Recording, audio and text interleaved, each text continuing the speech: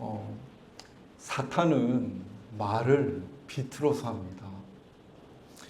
태초에 하나님의 말씀이 있었고 또 태초에 이 말을 비틀어하는 사탄도 있었습니다.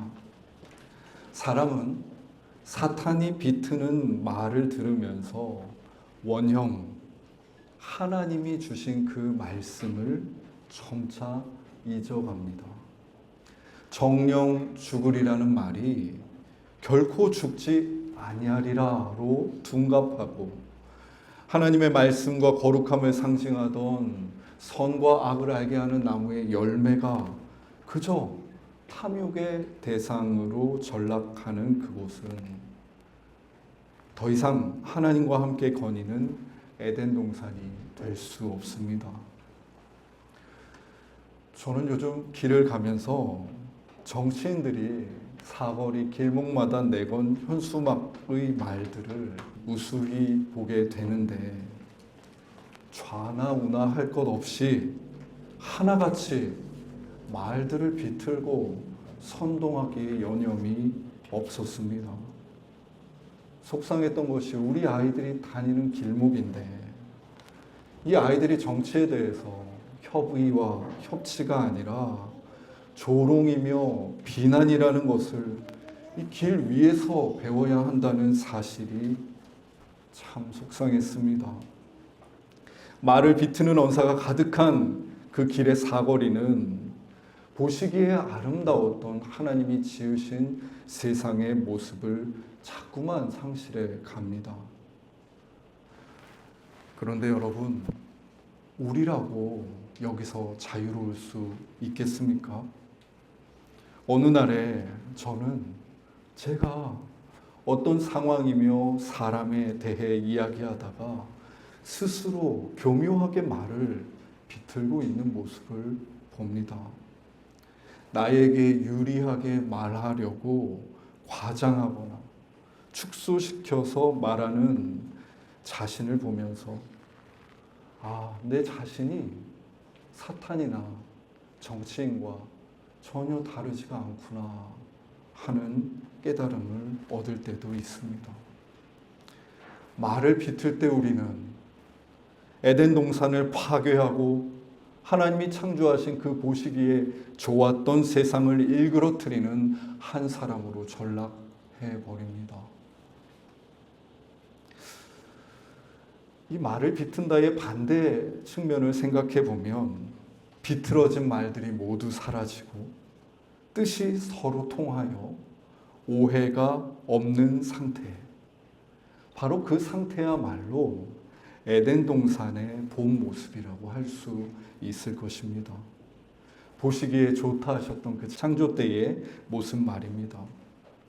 성경은 하나님과 인간이 이 태초에 가졌던 관계성을 가리켜서 코이노니아라고 말합니다. 코이노니아라는 말은 참여하다, 나누다, 친교, 교제를 뜻하는 말입니다.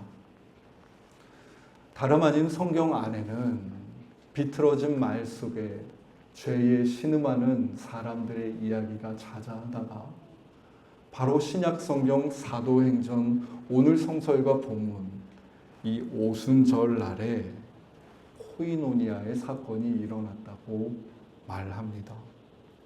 유대의 3대 명절 중 하나였던 이 오순절에 예루살렘은 천하 각국에서 모인 사람들로 인산인해를 이루고 있었습니다. 50일을 뜻하는 오순절, 이 오순절 명절은 두 가지 의미를 가지고 있었는데 농업적으로 보자면 6월절 후 50일 그때쯤이 유대에서 첫 번째 추수를 할 때쯤이라고 합니다. 하여 추수하며 이와 같은 은총을 주신 하나님께 감사를 전하는 절기였습니다. 뿐만 아니라 역사적으로는 출애굽한 이스라엘 백성들이 50일 후에 시내산에서 하나님이 주시는 율법을 수여받았다라는 사건을 기념하는 절기이기도 했습니다. 흩어졌던 유대인들은 사방에서 모여서 예루살렘이면 이 유월절과 오순절을 함께 지켰습니다. 하나님께 추수에 대해 감사하고 또 내가 다 알지 못했던 하나님이 율법을 통해서 구체적인 모습으로 나에게 드러내시며 어떻게 살아야 할지 말씀하시는 그 하나님을 기억하고 이 명절을 지키며 내 삶과 신앙을 엮어갔던 것입니다. 특별히 누가는 이 사도행전 2장 9절에서 11절에서 오순절 날에 모인 사람들이 속한 14곳 지방을 속속들이 언급하면서 당시 이 예루살렘에 얼마나 다채로운 사람들이 모였는지를 증언합니다. 혹자는 이를 가리켜서 오순절날 갖가지 민족을 대표하는 전 세계가 예루살렘에 모여 있었다라고 말하기도 합니다. 그렇게 그 오순절날 성령을 기다리며 기도하던 예수님의 제자 120명에게 성령이 임하십니다. 사도행전 2장 4절입니다.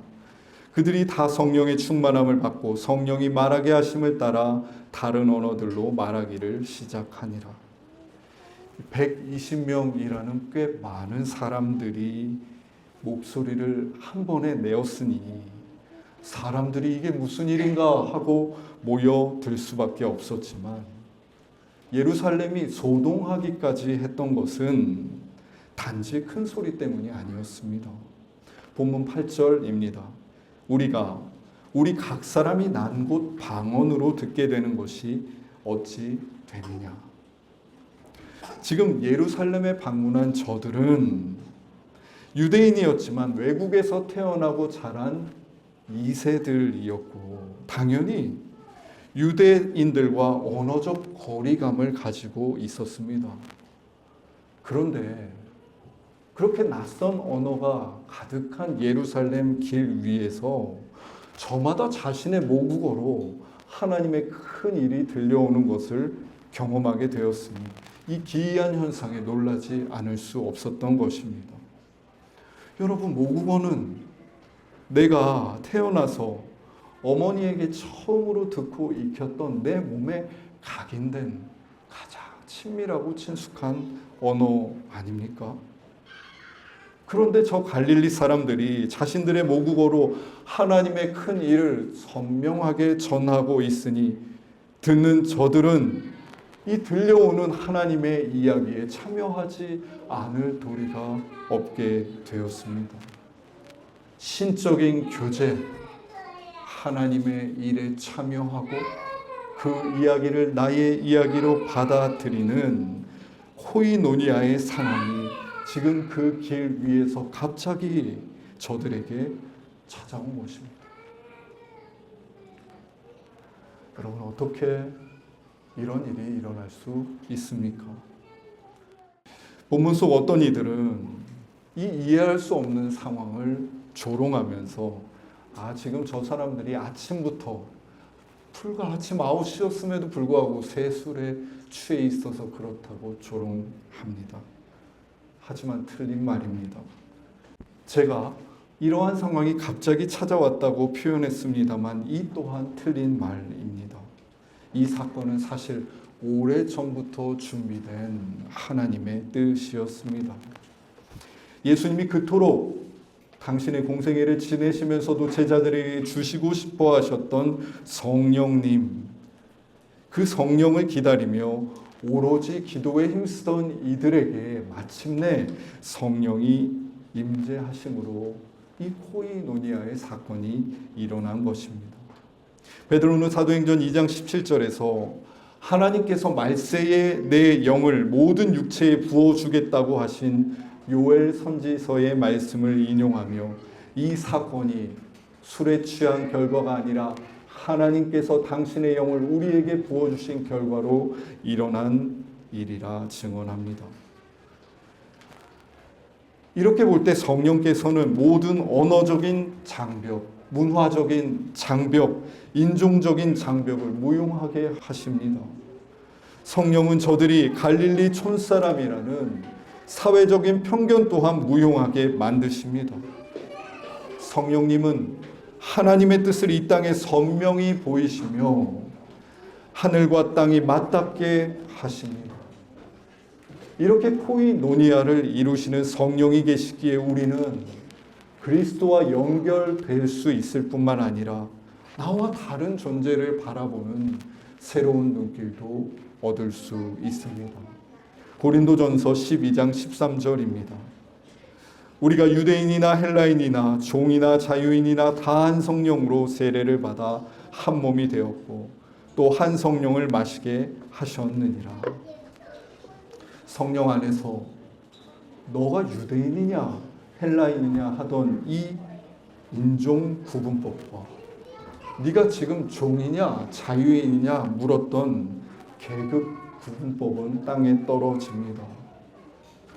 인간 사회를 지배해온 이 오래된 틀을 버리고 성령 안에서 우리는 너를 계급이나 인종이나 소유가 아니라 나의 지체로 여기는 코이노니아로 초대받게 되는 것입니다.